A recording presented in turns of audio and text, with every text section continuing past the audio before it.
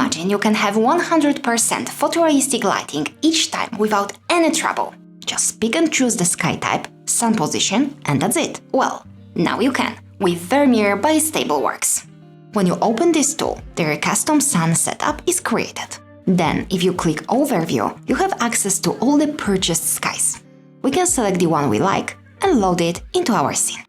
Currently, Vermeer supports 3ds Max, V-Ray Corona, F-Storm, and Arnold. You can see that the sky was automatically loaded into the Environment tab as well as into the Corona settings. That's all the work we have to do to get photorealistic sky setup in our scene. Now, by moving the sun, we can rotate the whole sky. Obviously, we cannot move the sky up or down. Let's see how it looks on render. All we have to do here is to adjust the exposure. To lower the sun, we have to choose a different sky. We can change it by one interval by clicking this icon. Here you can see the date and time when each sky was shot. When the image gets dark, you just adjust the exposure. Same way as when you shoot a photo in manual mode. When it's getting darker, you have to adjust the settings. Why is it huge? Different problems can occur at bigger companies, where many employees need to work together, with everybody having their own workflows and settings. That was the case for the founders of Stableworks and creators of the Vermeer software, who worked in an international studio with about 80 employees. The original concept of Vermeer was a solution for their own problems in production, which later, based on the excitement from the industry, they decided to bring to the market. In my opinion, the biggest benefit of Vermeer skies is that you don't ever have to tweak multipliers or play with the different values of your light setup ever. Things just behave realistically right out of the box.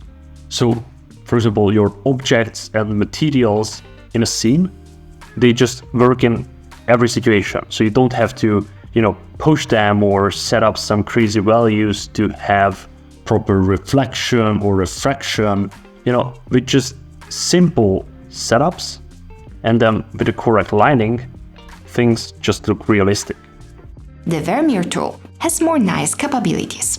You can filter skies by time of the day. For example, sunset. Your list will shrink to only the packs that contain sunset. They also measure the visibility on the day of the shot and included this info in the file.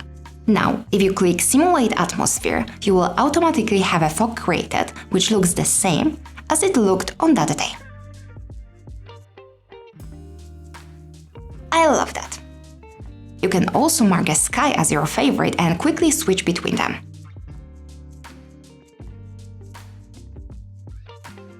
There are also some night skies available. Here, obviously we have to bump the exposure a lot. The resolution of the sky goes up to 20K. We can pick between the low, medium and high levels of detail here, which is great because high-res HDRI loads way slower. It's a great idea to keep the settings low for testing and switch to high at the end. With this option, we can reset the sun to the original position from the shot in relation to the world coordinate. When the option is checked, we cannot move the sun at all. In this case, we have to rotate the compass to rotate the sky. We can also take advantage of some additional adjustments here, things like blur, saturation and contrast. You can quickly reset the values to the default here. We can also lower the horizon here, it's useful sometimes. Let me show you another great feature. I can copy the sun, pick a different sky and change the values.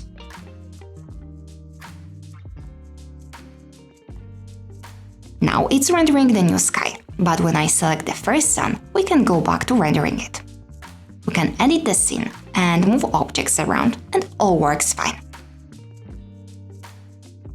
The active sky is the one that was selected last. It's not all. Usually it gets really problematic when we want to switch the render engine. With normal HDRI maps, when we have to switch for example from Corona to V-Ray, we create the whole setup from scratch, as there are a lot of issues with conversions. Here, We don't need to do anything and it works just fine. We just have to adjust the exposure as we did in Corona. I have Corona material, that's why the boxes are black. Let's add a V-Ray material.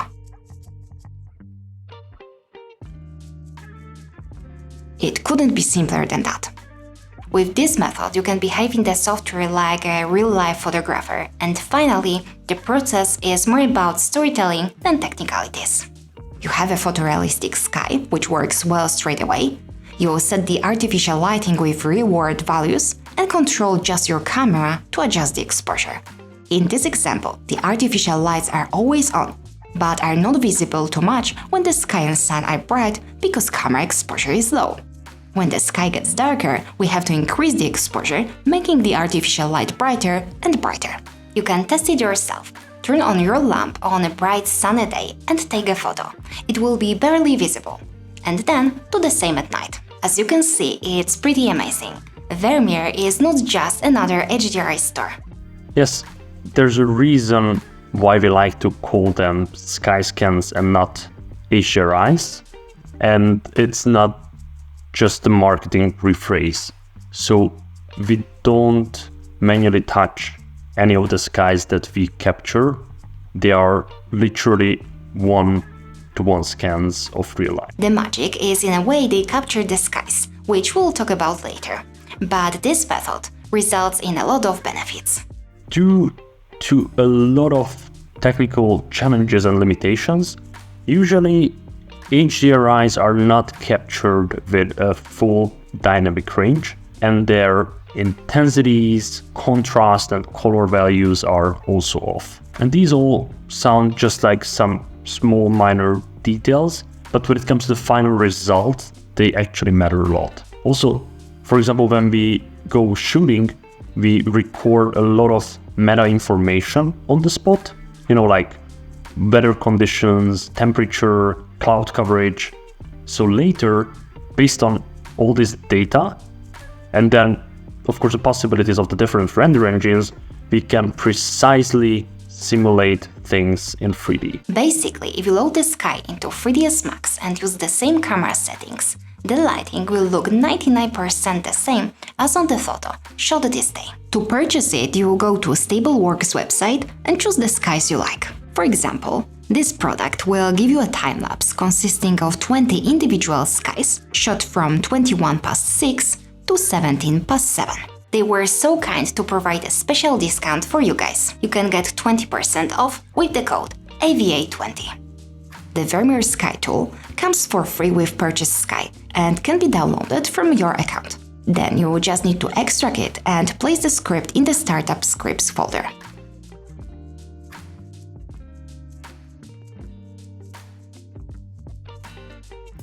Next time you open 3ds Max, there will be a pop-up window asking you to specify where to place the Sky library. That's pretty much it. The only thing left is to add the Vermeer Sky tool to the toolbar. You'll find it here. When you download the zip skies, you don't need to do anything with this. The script will automatically unzip it and place in the folder you specified before, so there is no room for mistakes. When you want to load more skies, you can add it here. As you can see, it's all super simple. You just have to choose a sky, pick the position you like, don't worry about anything else, and get photorealistic result. It's incredible what guys from Stableworks came up with. But how was it possible? The goal was to capture the whole sky as fast as possible with the least amount of cameras needed. If they use a motorized system with one camera, they would have a lot of issues. For example, a cloud could move a bit between one shot and another, and as a result, a final spherical image would not be seamless. Having a lot of cameras, on the other hand, would be expensive and hard to synchronize. So after we decided to go for it, I started defining some goals, plan and simulate.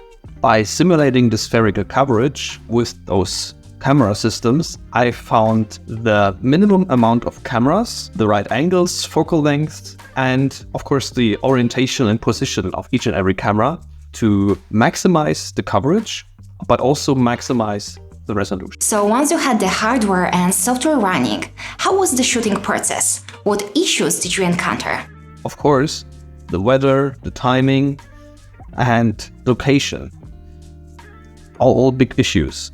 Ideally, you need to be on a field for days just to capture a lot of variations. We went so far and rented like a little tiny remote house near a field to maximize the chances of getting some nice lighting. The rig sends status information and webcam selfies to a Telegram group, so you don't have to actually stand next to it all the time. But to fix some issues, change the filters, you should not really go very far from it. On 1 February, the lenses froze up completely.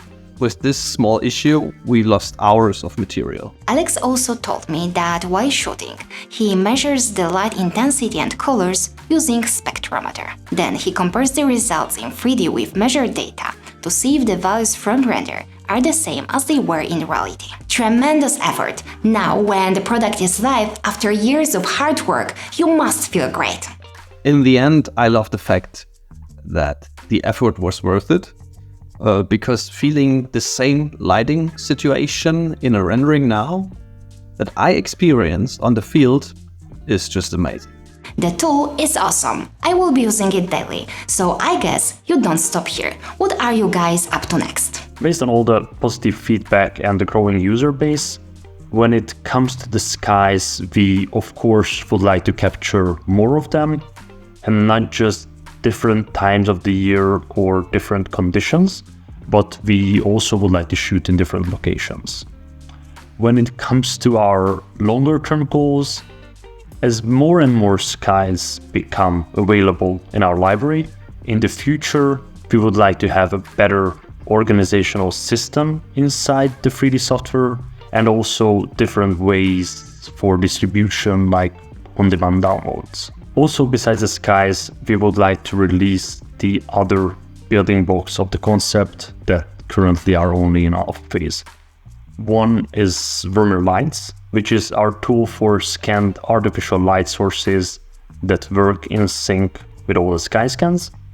And then the Vermeer camera system with all the different scanned camera bodies and lenses which are simulated in the 3D software. Sounds amazing. Cannot wait to try Vermeer Light and Vermeer Camera. That's it for today. If you want to try Vermeer yourself, the link to their website will be in the description below. Don't forget about the 20% discount with the code AVA20. If you want to learn all about architectural visualizations, join my course or watch more videos here on YouTube. Bye bye!